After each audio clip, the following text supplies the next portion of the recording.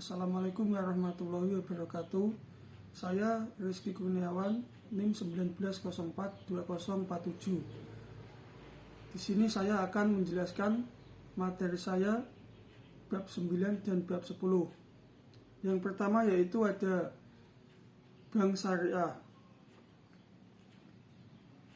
Di sini saya akan menjelaskan tentang sejarah singkat bank syariah. Sejarah awal mula kegiatan bank syariah yang pertama sekali dilakukan adalah di Pakistan dan Malaysia pada sekitar tahun 1940-an, kemudian di Mesir pada tahun 1963 berdiri Islamic Rural Bank di desa Ite-Gen Bank.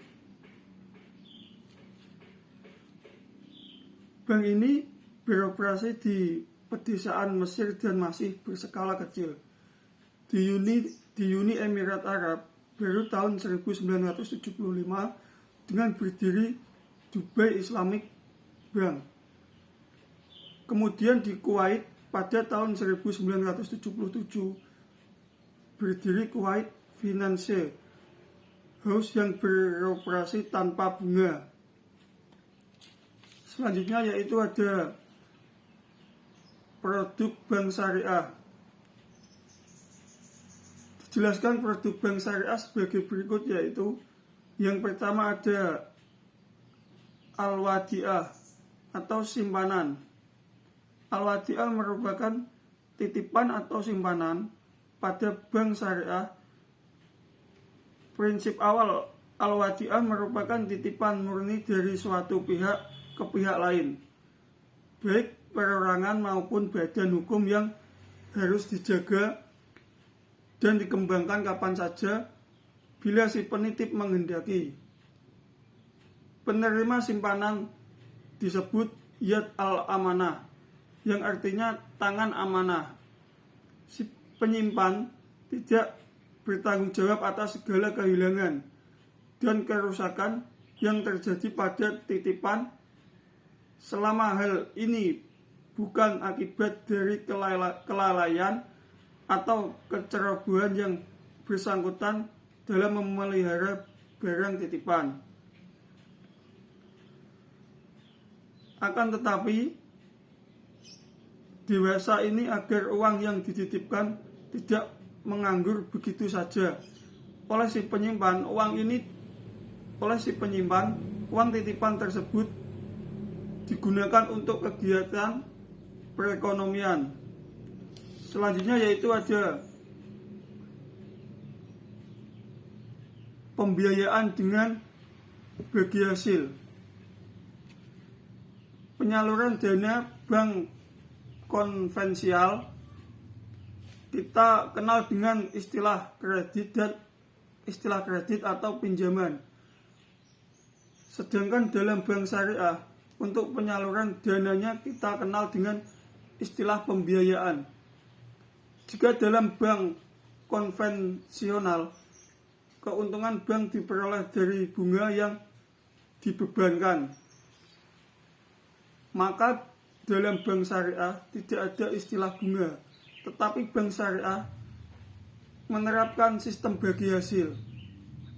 Prinsip bagi hasil dalam bank syariah yang ditetapkan dalam pembiayaan dapat dilakukan dalam 4 akad utama, yaitu al-musyarakah, al-mudarabah, al-musyarah, yang terakhir yaitu ada al-musakah.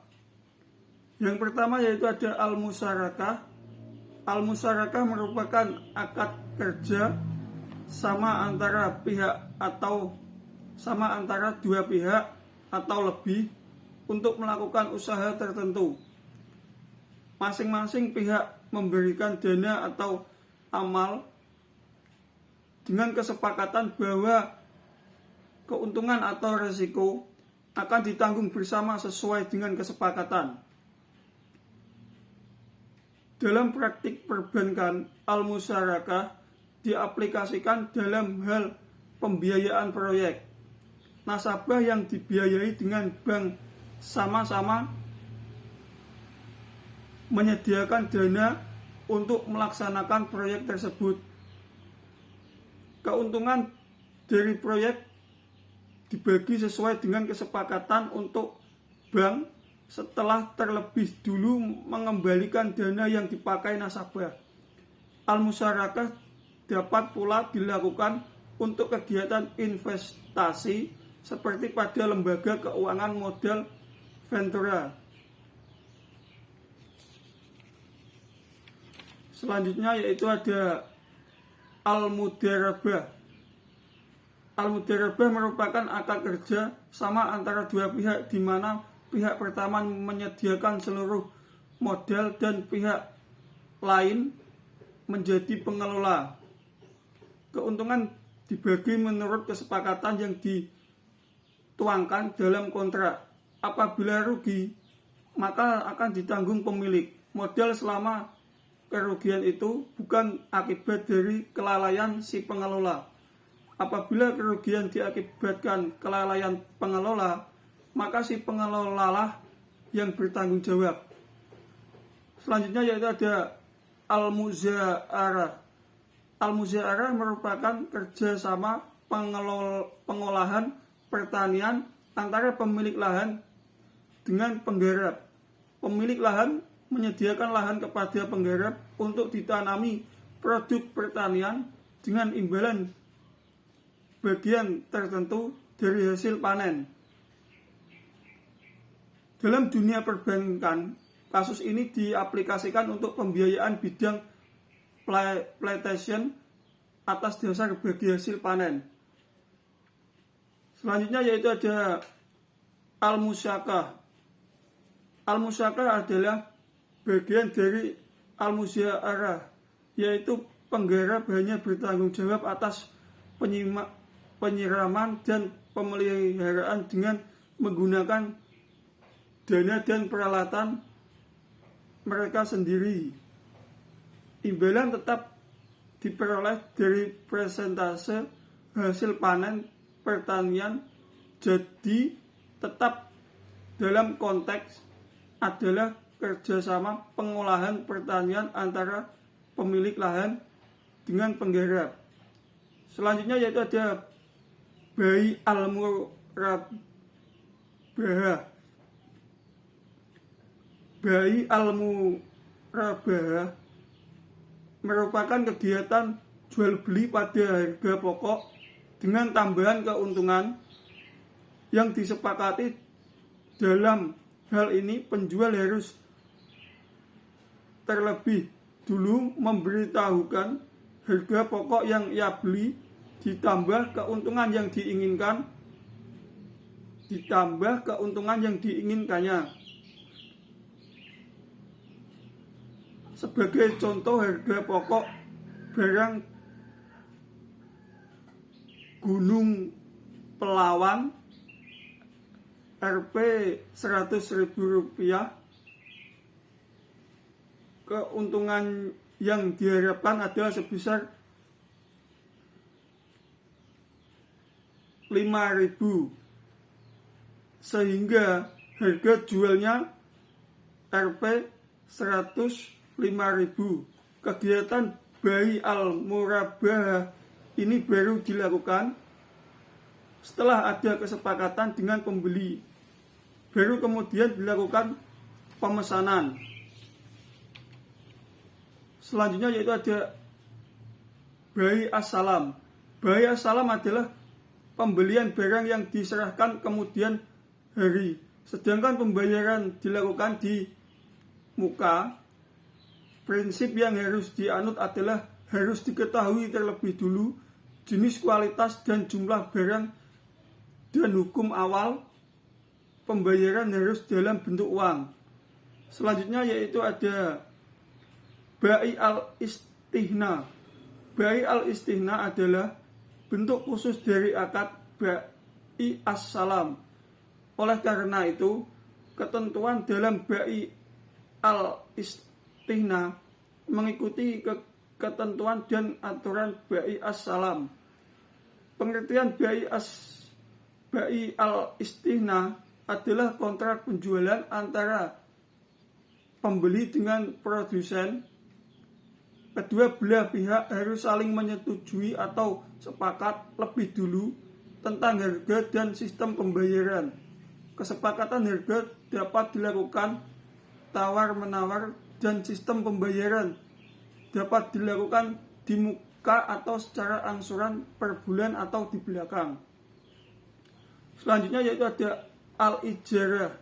Al-ijarah merupakan akad pemindahan hak guna atas barang atau jasa melalui pembayaran upah sewa tanpa diikuti pemindahan kepemilikan atas barang itu sendiri. Dalam praktiknya kegiatan ini dilakukan oleh perusahaan leasing baik untuk kegiatan operating leasing maupun financial leasing. Selanjutnya yaitu ada al-wakalah. Al-wakalah atau wakilah artinya penyerahan atau pendelegasian atau pemberian mandat dari satu pihak kepada pihak lain. Mandat ini harus dilakukan sesuai dengan yang telah disepakati oleh si pemberi mandat. Selanjutnya yaitu ada al-kafalah. Al-kafalah adalah jaminan yang diberikan penanggung kepada pihak ketiga untuk memenuhi kewajiban pihak kedua atau yang ditanggung. Dapat pula diartikan sebagai pengalihan tanggung jawab dari satu pihak kepada pihak lain dalam dunia perbankan dan pada dilakukan dalam hal pembiayaan dengan jaminan seseorang. Selanjutnya yaitu ada al-hawalah. Al-hawalah merupakan pengalihan utang dari orang yang berutang kepada orang lain yang wajib menanggungnya, atau dengan kata lain pemindahan beban utang dari satu pihak kepada lain pihak. Dalam dunia keuangan atau perbankan dikenal dengan kegiatan anja piutang atau factoring. Selanjutnya yaitu ada arahan. Arahan adalah kegiatan menahan salah satu harta milik si peminjam sebagai jaminan atas pinjaman yang diterimanya. Kegiatan seperti ini dilakukan seperti jaminan utang atau gadai. Selanjutnya yaitu ada penilaian kesehatan bank syariah. Penilaian kesehatan bank syariah. Penilaian kesehatan bank syariah dilakukan berdasarkan Peraturan Bank Indonesia PBI nomor 9 atau 1 atau PBI /2007 tentang sistem penilaian tingkat kesehatan bank umum berdasarkan prinsip syariah yang berlaku mulai 24 Januari 2007. Dari penjelasan Deputi Gubernur Bank Indonesia Siti Khalimah Fadrijah menjelaskan bahwa penerapan ini dilakukan dengan memperkirakan produk dan jasa perbankan syariah ke depan kian beragam dan kompleks sehingga eksposur resiko yang dihadapi juga meningkat. Meningkatnya eksposur resiko tersebut akan mengubah profil resiko bank syariah yang pada gilirannya akan memengaruhi tingkat kesehatan bank tersebut. Dalam penilaian tingkat kesehatan, bank syariah telah memasukkan resiko yang melekat pada aktivitas bank yang merupakan bagian dari proses penilaian manajemen resiko.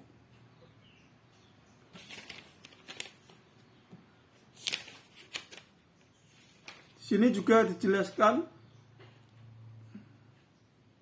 Bank Umum Syariah wajib melakukan penilaian tingkat kesehatan bank secara triwulan yang meliputi faktor-faktor antara lain permodalan, kualitas aset, rentabilitas, likuiditas, sensitivitas terhadap risiko pasar, dan yang terakhir yaitu ada manajemen. Selanjutnya saya akan menjelaskan tentang bab 10, yaitu tentang pasar modal. Pasar modal secara umum merupakan suatu tempat bertemunya para penjual dan pembeli untuk melakukan transaksi dalam rangka memperoleh modal. Dalam transaksi di pasar, modal investor dapat langsung meneliti dan menganalisis keuntungan masing-masing perusahaan yang menawarkan modal.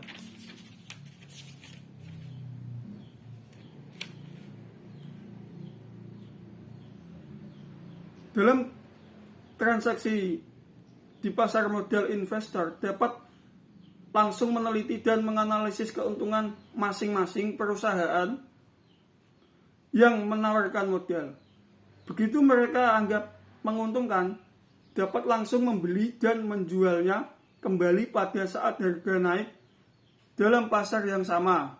Jadi dalam hal ini, investor dapat pula menjadi penjual kepada para investor lainnya. Yang kedua yaitu ada instrumen pasar modal. Jenis-jenis instrumen pasar modal sebagai berikut. Yang pertama yaitu ada saham. Yang kedua yaitu ada obligasi. Baik, yang pertama yaitu saham. Saham merupakan surat berharga yang bersifat kepemilikan. Artinya si pemilik saham merupakan pemilik perusahaan. Semakin besar saham yang dimilikinya, maka semakin besar pula kekuasaannya di perusahaan tersebut. Keuntungan yang diperoleh dari saham dikenal dengan nama dividen. Pembagian dividen ditentukan dalam rapat umum pemegang saham. Bagaimana perusahaan yang modalnya diperoleh dari saham merupakan modal sendiri.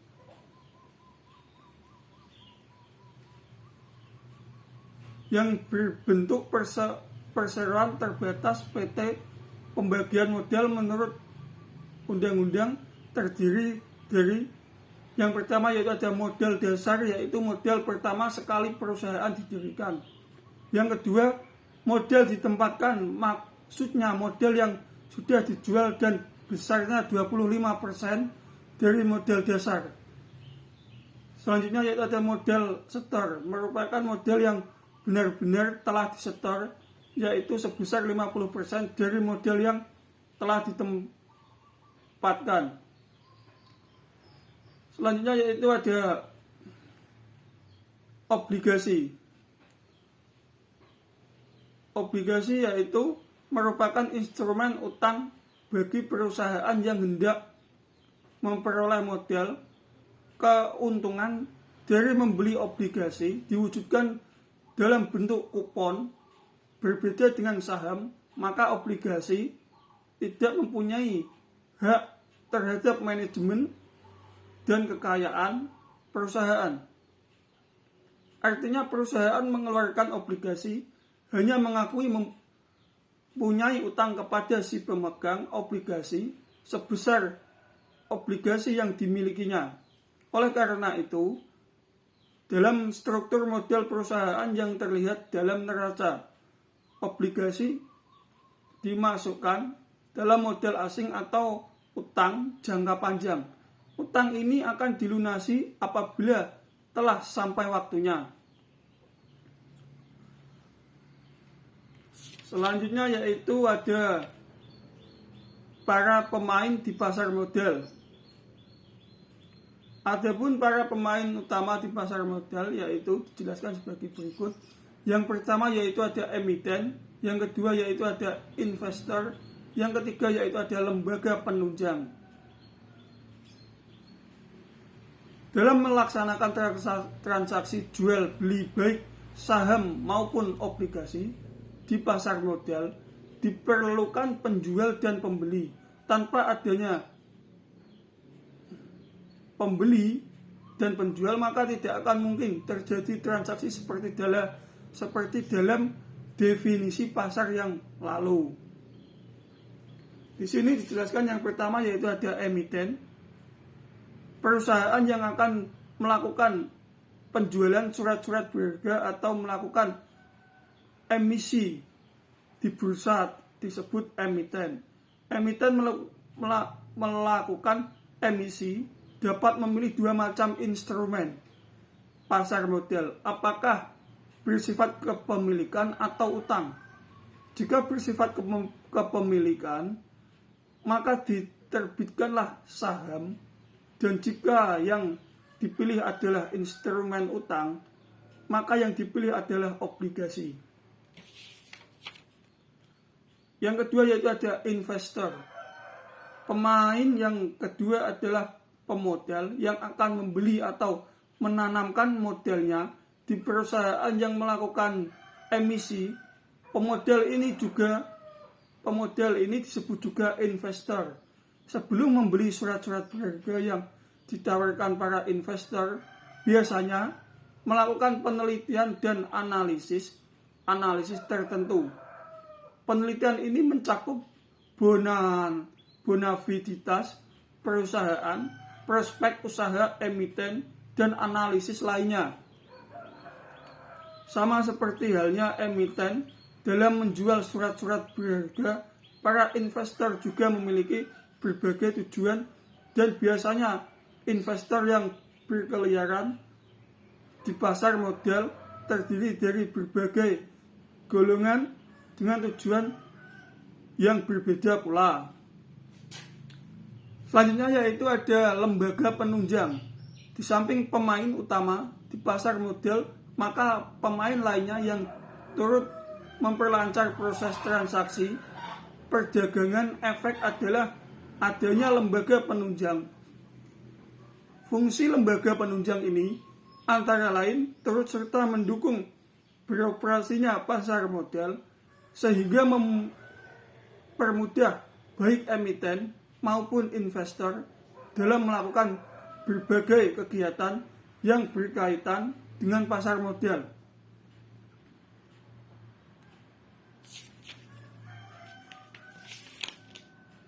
Selanjutnya yaitu ada lembaga yang terlibat di pasar modal. Lembaga-lembaga terkait dengan pasar modal yaitu yang pertama yaitu ada lembaga pemerintah. Lembaga pemerintah merupakan lembaga-lembaga atau badan pemerintah yang ditugaskan dan diperbantukan untuk mendukung dan memperlancar proses perdagangan efek di pasar modal. Mulai dari rencana emisi sampai kepada penjualan efeknya. Lembaga-lembaga pemerintah yang terkait dengan kegiatan di pasar modal tersebut adalah sebagai berikut. Yang pertama yaitu ada Badan Pelaksana Pasar Modal atau BAPEPAM. BAPEPAM merupakan lembaga pengatur pasar modal yang bertugas mengatur dan melaksanakan pasar modal di Indonesia.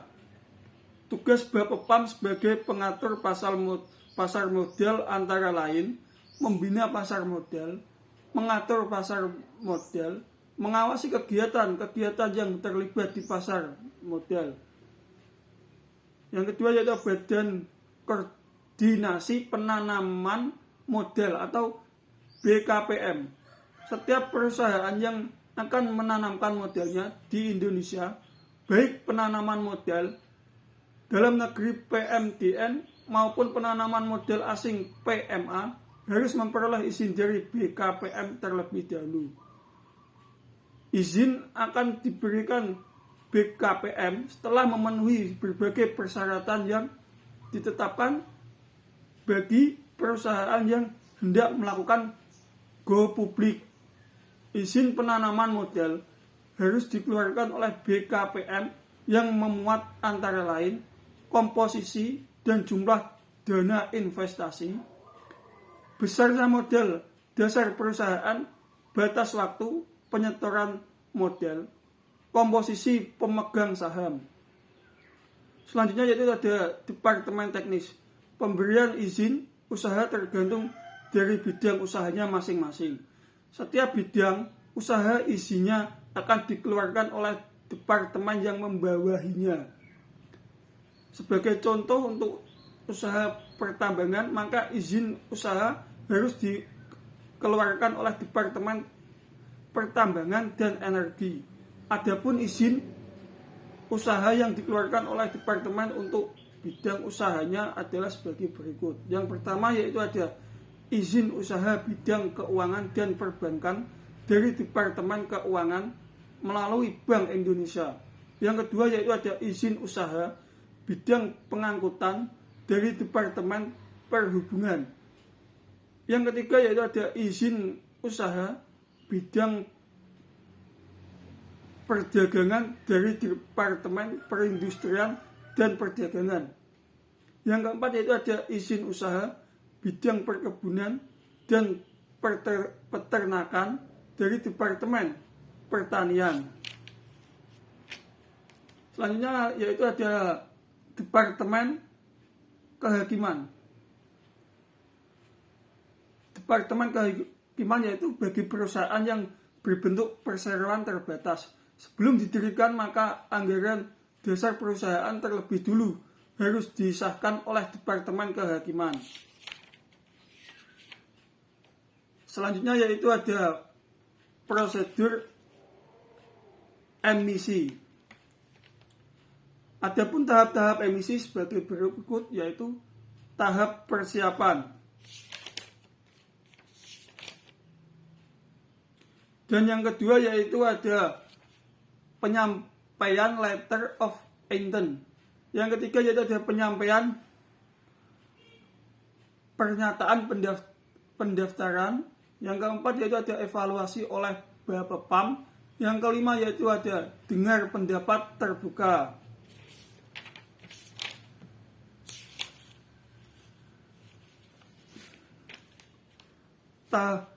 Tahap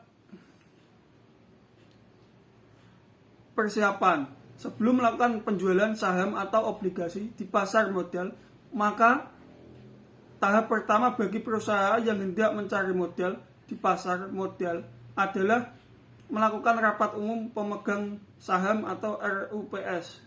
Yang kedua yaitu ada penyampaian letter of intent. Hasil rapat yang telah disetujui dalam RUPS dituangkan dalam surat, kemudian diajukan ke Bapepam sebagai wujud hendak menerbitkan efek di pasar modal.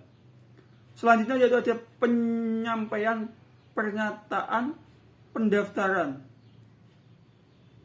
Langkah selanjutnya setelah penyampaian letter of intent adalah penyampaian pernyataan pendaftaran.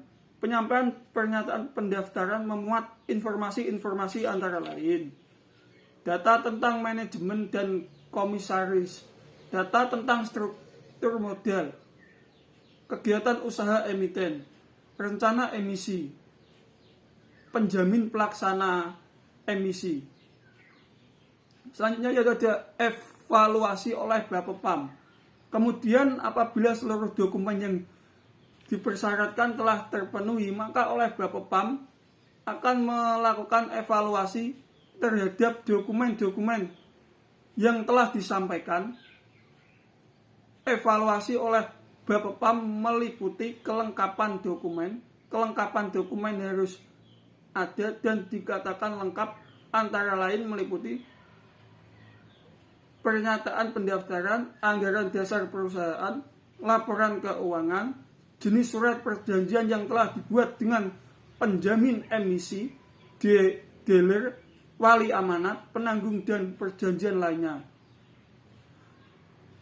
Selanjutnya yaitu ada surat pendapat dari segi hukum, laporan dari perusahaan penilai, jadwal waktu emisi dan pinjaman emisi, laporan hasil evaluasi yang dilaksanakan oleh pinjaman emisi, surat pernyataan dari akuntan atau comfort letter, surat pernyataan dari manajemen, draft prospektus. Selanjutnya yaitu ada dengar pendapat terbuka. Setelah semua persyaratan dilengkapi oleh perusahaan yang hendak melakukan emisi, maka langkah selanjutnya adalah mengadakan debat terbuka. Debat terbuka diikuti oleh Bapepam, perusahaan yang bersangkutan, serta lembaga-lembaga terkait lainnya. Selanjutnya yaitu ada pasar perdana atau primary market. Pasar perdana adalah proses di mana perusahaan baru memperkenalkan sahamnya ke publik melalui penjualan saham perdana. Tujuan dari pasar perdana adalah untuk meningkatkan modal dan memperluas pemegang saham perusahaan. Baik, cukup sekian presentasi yang dapat saya jelaskan. Apabila ada salah kata atau kurangnya, mohon dimaafkan sebesar-besarnya. Assalamualaikum warahmatullahi wabarakatuh.